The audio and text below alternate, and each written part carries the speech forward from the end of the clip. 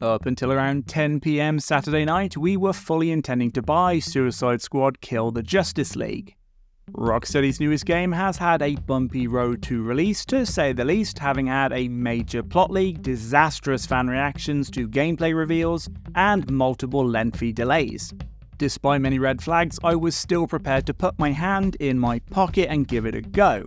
After all, the creators of the fantastic Batman Arkham series surely deserve the benefit of the doubt, and it's not too often a AAA co-op game comes out that interests both me and my wife. But on Saturday night came the latest red flag, and for us it was the final straw.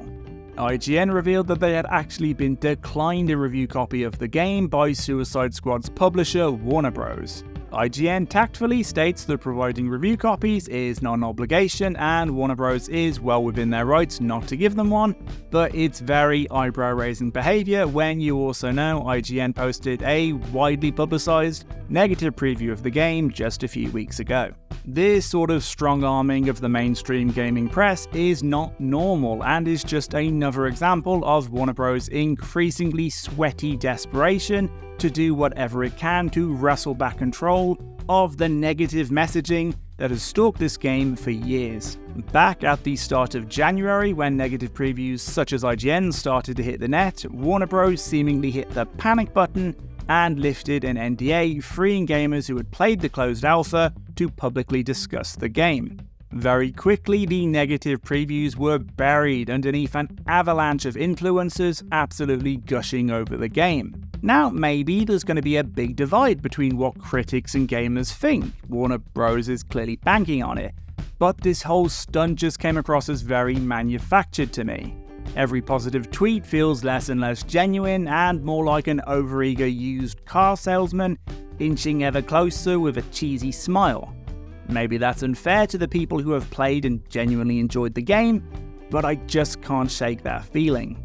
What doesn't help is the fact, stick a pin in IGN being refused a review copy, it seems that no gaming press is going to be given an opportunity to play the full game and deliver a review until the servers go online on Tuesday. Once the game is already out and many of those juicy pre-order sales are locked in tight. Worse still, there doesn't seem to have been any official communication from Warner Bros. About this, according to Forbes at least. Again, it doesn't pass the sniff test for me.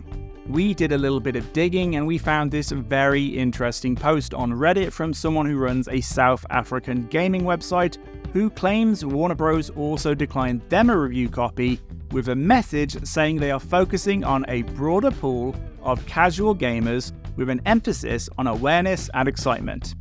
With an emphasis on awareness and excitement. I mean, there you have it. The only possible bigger red flag than this would be if it leaked Warner Bros. Is dumping copies of the game in the landfill next to the ET cartridges. It's pretty damning when the publisher is actively trying to put its finger on the scale and not just letting the game speak for itself. This lack of transparency has been a common theme as details slowly leaked over its many years of development.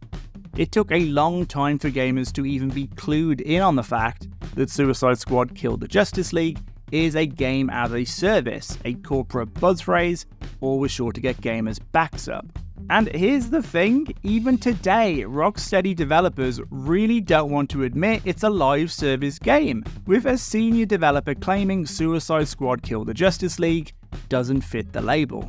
But I'm looking at this game and it's got all the trappings. It's got a battle pass, it's loaded with microtransactions, and crucially, it wants you to keep playing long after the credits have rolled to keep you submerged in this ecosystem spending money. Now, Warner Bros. Is talking a really good game whenever this side of the business model is hinted at. They've said they think the content is really generous, most of the post-launch content is going to be free. But when you're also trying to tell me what's obviously a live service game isn't a live service game, I don't know, it just makes Rocksteady come across as being disingenuous. Suicide Squad Kill the Justice League is a third-person action shooter that can be played solo or with your friends. It's a story-driven game. We wanted to tell a new story. We wanted to expand the Arkhamverse. There's that car salesman feeling again. I'm sorry, but if it looks like a duck, if it quacks like a duck, like, what are we talking about here? Of course Suicide Squad Killed the Justice League is a live service game.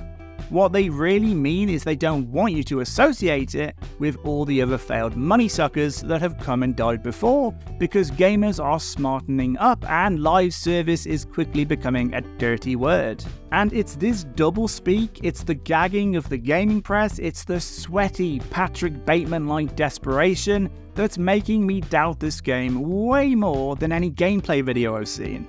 I love Rocksteady. I really want my gut feeling to be wrong about this game. I want it to be awesome. But I really don't like the marketing games Warner Bros. Is trying to play here, and I'm of the opinion that if they want to play games, savvy consumers should play games right back. Here's the crack, guys. There is no reason to buy this game this week. Maybe it'll be amazing, maybe it won't. Either way, there's no reason to buy it this week. Wait for the reviews from real publications to come out. Wait until we have some real impressions from gamers who have not been given the game for free, and hang on, let me check my notes. Have an emphasis on awareness and excitement. There is a $100 deluxe edition of Suicide Squad Killed the Justice League, which is currently the #1 pre-order on the PlayStation Store. Guys, come on. Times are tough. $100 is a lot of money. Just wait a week. Rocksteady have very generously offered all sorts of free content and updates over the next year, so there's absolutely no rush. Get your pre-order cancelled. Be a savvy consumer, expect the worst and hope for the best. And hey, if this turns out to be the biggest mess since Gotham City tried its hand at prison reform, and we end up saving you some money, you could always pay us back by buying an Ugly Sofa gaming cosmetic. Shirt. Sorry, I think lame marketing buzzwords might be infectious. Let us know what you think. Are you going to ignore our warning and soldier on with your pre-order? Maybe you think Suicide Squad has had the short end of the stick, and think it could be the dark horse of 2024. Let us know in the comments below, and while you're down there, remember to like this video and subscribe to Ugly Sofa Gaming for more top video game discussion.